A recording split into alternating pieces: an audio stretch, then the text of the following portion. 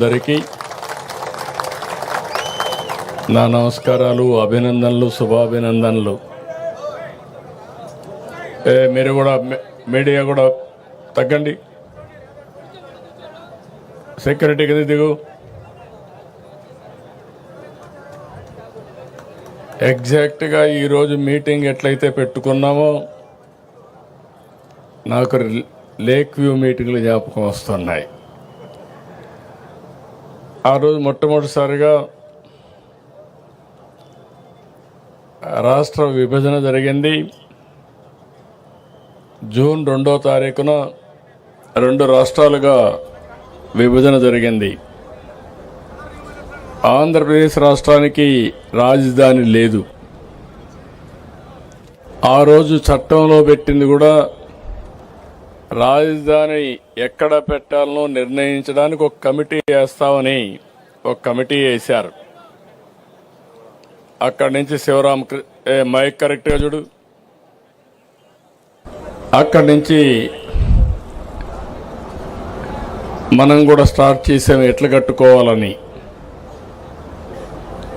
అయితే ఆ రోజు కనీసం ఆనాటి ప్రభుత్వం పలాంది ఇక్కడ రాజధాని వస్తుందనంటే ఎట్లా కట్టాలని ఆలోచించేవాళ్ళం. రాజధాని ఎక్కడొస్తుందో చెప్పకుండా ఒక కమిటీ వేసి, రెండోది దానికి కావాల్సిన జాగా కూడా లేదు మనకు. మీరు గుర్తుపెట్టుకోవాలి.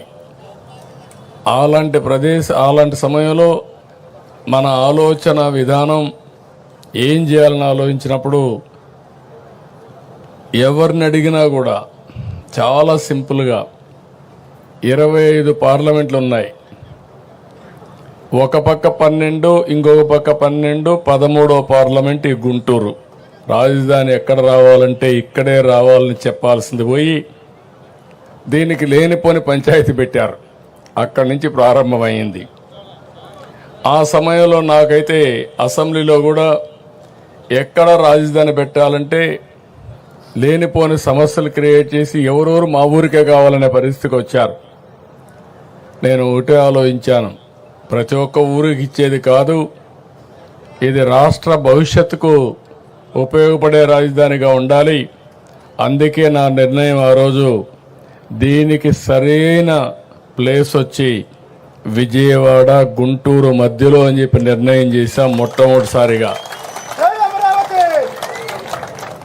అక్కడి నుంచి అందరూ కూడా ఏదో ఒక రాజధాని కట్టు, 100 ఎకరాల్లో కట్టు, 50 ఎకరాల్లో కట్టు అని చాలామంది చెప్పారు. అప్పటికే నేను ఒక ప్రూఫ్ ఆఫ్ కాన్సెప్ట్ తయారు చేశాను. మీ అందరూ గుర్తుపెట్టుకోవాలి. హైదరాబాద్ నగరంలో ఇట్లనే నన్ను చాలామంది ఎగతాళి చేశారు.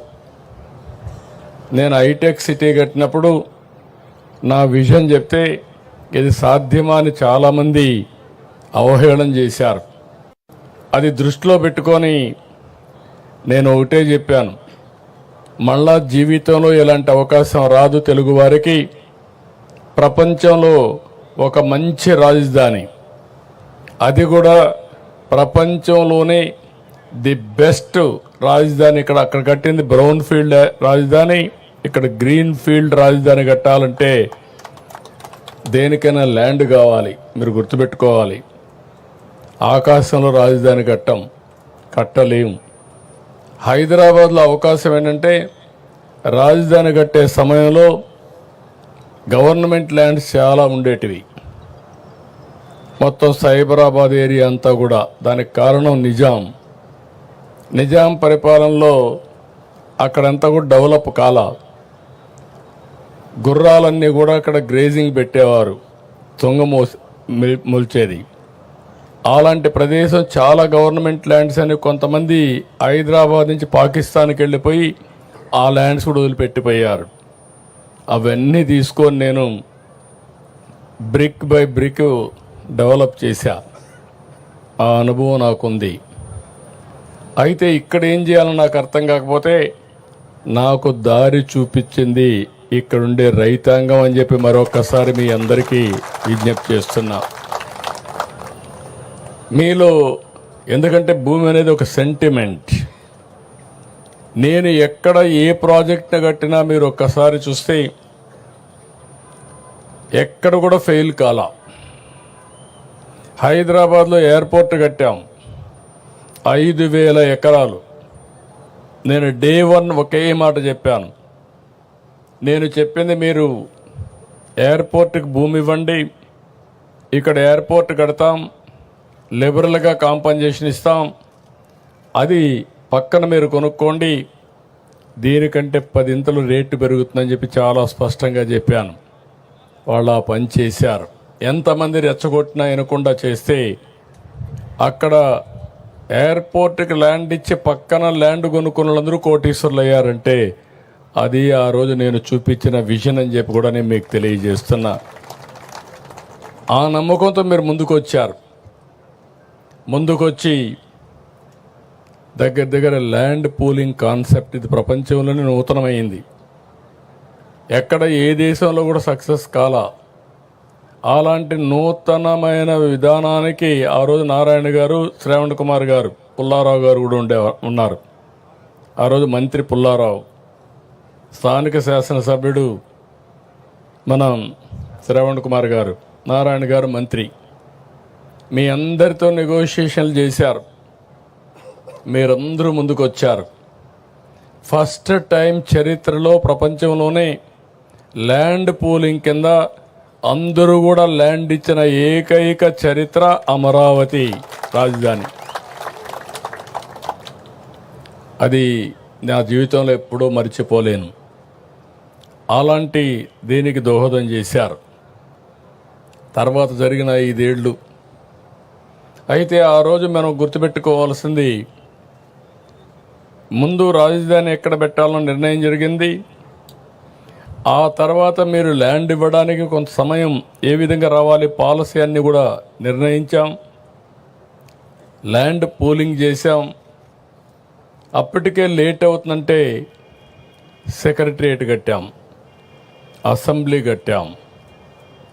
నేను ఆ రోజు చెప్పింది, మాస్టర్ ప్లాన్ ప్రకారం మనం సెక్రటరియట్, అసెంబ్లీ ఇవన్నీ వచ్చే లోపల మనకు ట్రాన్సిట్ అంటే ఈరోజు ఉండడానికి మంచి బిల్డింగ్లు కావాలంటే అవి కావాలని అపోజిషన్ పార్టీ ఇవన్నీ కూడా రేకు షెడ్లు వేస్తున్నారు, లేకుంటే ఇంకోటి చేశారని చెప్పి అపహాస్యం చేసే పరిస్థితికి వచ్చారు. కానీ ఈరోజు నేను చెప్తున్నా, I'm very happy. First building CRDA building మొదలైంది. ఇది ప్రారంభం మాత్రం.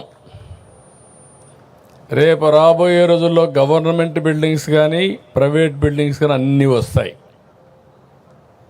ఇది ఇంకొక విషయం కూడా మిమ్మల్ని అందరినీ కోరుతున్నా. మీరు పడిన కష్టాలు 5 ఏళ్ళు నేను చూశాను. ఆడబిడ్డల పడిన అవమానం నేను చూశాను. రోడ్డెక్కి పోరాడారు.